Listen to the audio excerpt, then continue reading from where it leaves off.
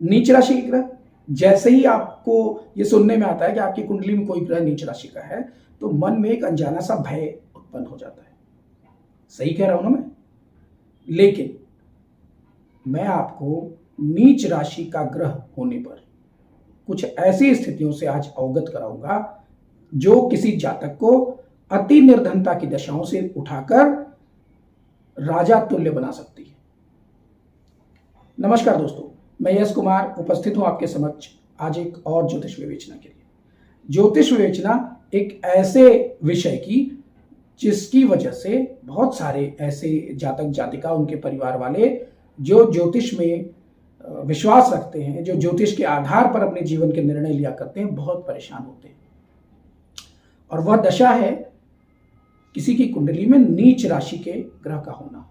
नीच राशि के ग्रह का होने का अर्थ बहुत सामान्य सी बात है।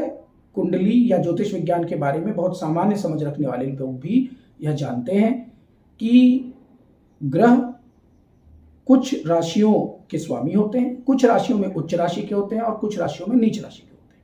इस विषय पर मेरा बनाया हुआ एक पुराना वीडियो भी है, उसे आप अवश्य सर्च करके देखिए।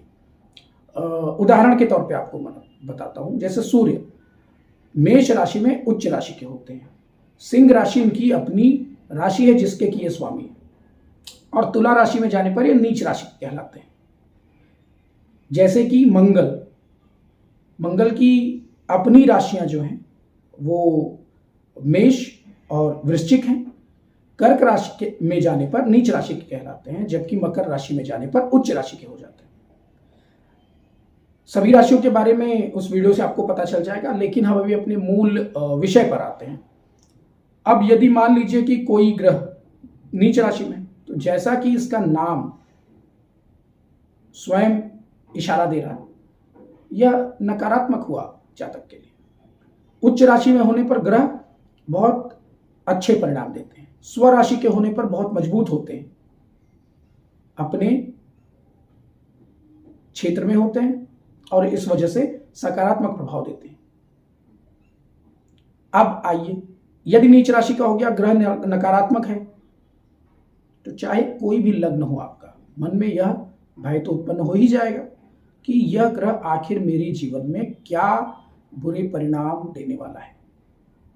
हाँ, यह बुरे परिणाम देगा। जब भी इसकी दशा, अंतरदशा, प्रत्यंतर दशा इत्यादि आया करेगी तो बुरे परिणाम ही मिलेंगे।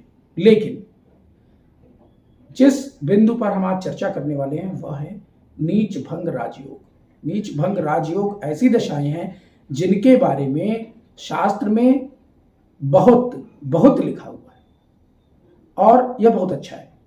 नीच राशि का ग्रह हो गया, इतनी दशाएं हैं जिसमें कि इसका नीचत्व, इसमें कि इसका नकारात्मक प्रभाव निरस्त हो जाता है। न केवल निरस्त हो जाता है, राजयोग में परिणित हो जाता है।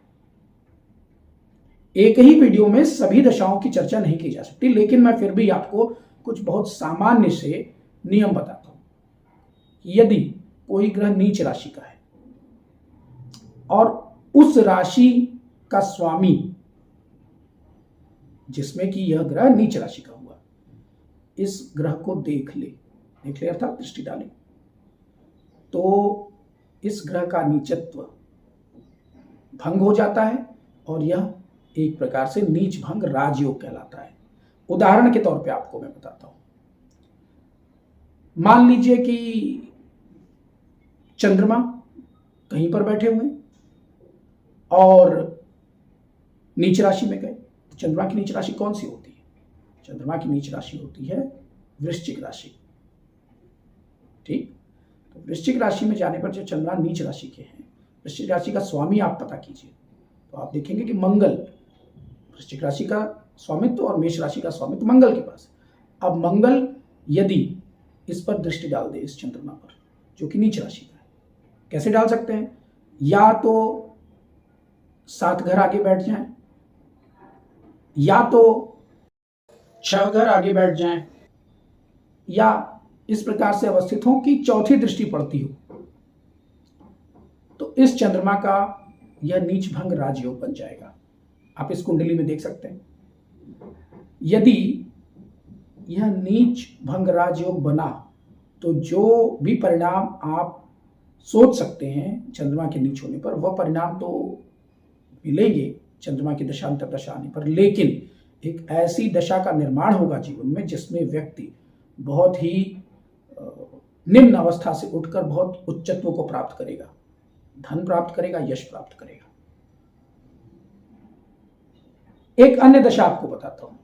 यदि कोई ग्रह नीच राशि में हो और उस राशि का स्वामी इस नीच राशि वाले ग्रह के साथ राशि परिवर्तन कर ले, राशि परिवर्तन किस प्रकार से कर पाएगा? चलिए उदाहरण लेते हैं, गुरु की बात करते हैं। गुरु मकर राशि में जाने पर नीच राशि के हो जाते हैं। अब मकर राशि में जाने पर नीच राशि के हो जाते हैं, तो किसकी राशि हो गई मकर? शनि की। तो अर्थात गुरु बैठे हैं शनि की राशि में, और अगर शनि धनु राशि या मीन राशि जो कि बृहस्पति की राशियां हैं उसमें बैठ जाए, तो यहां पर बृहस्पति का नीचत्व भंग हो जाएगा और इस प्रकार से यह एक नीच भंग राजयोग बन जाएगा। ऐसी दशाओं का निर्माण यदि कुंडली में हो जाता है तो जातक बहुत ही निम्न अवस्था से उठकर बहुत उच्चत्व को प्राप्त करता है, राजयोगों का भोग करता है। आज अपने इस वीडियो को यहीं समाप्त करता हूं। भारतीय ज्योतिष बहुत विस्तृत है और हमारे कार्यक्रमों में हम इसके सूत्रों का अपने अनुभव के साथ समन्वयन कर ज्योतिषी विवेचन करते हैं, और हम हमारे लाइव प्रोग्राम्स में कुछ चुनी हुई कुंडलियों का निःशुल्क ज्योतिषी विवेचन भी करते हैं। यदि आप इसमें शामिल होना चाहते हैं तो अवश्य हमारे चैनल को सब्सक्राइब कीजिए और नोटिफिकेशंस को भी ऑन कीजिए, जिससे कि आपको हमारे आगामी लाइव प्रोग्राम्स के नोटिफिकेशन भी प्राप्त हुआ करें और हमारे आने वाले वीडियोस की नोटिफिकेशन भी प्राप्त हुआ करें। धन्यवाद।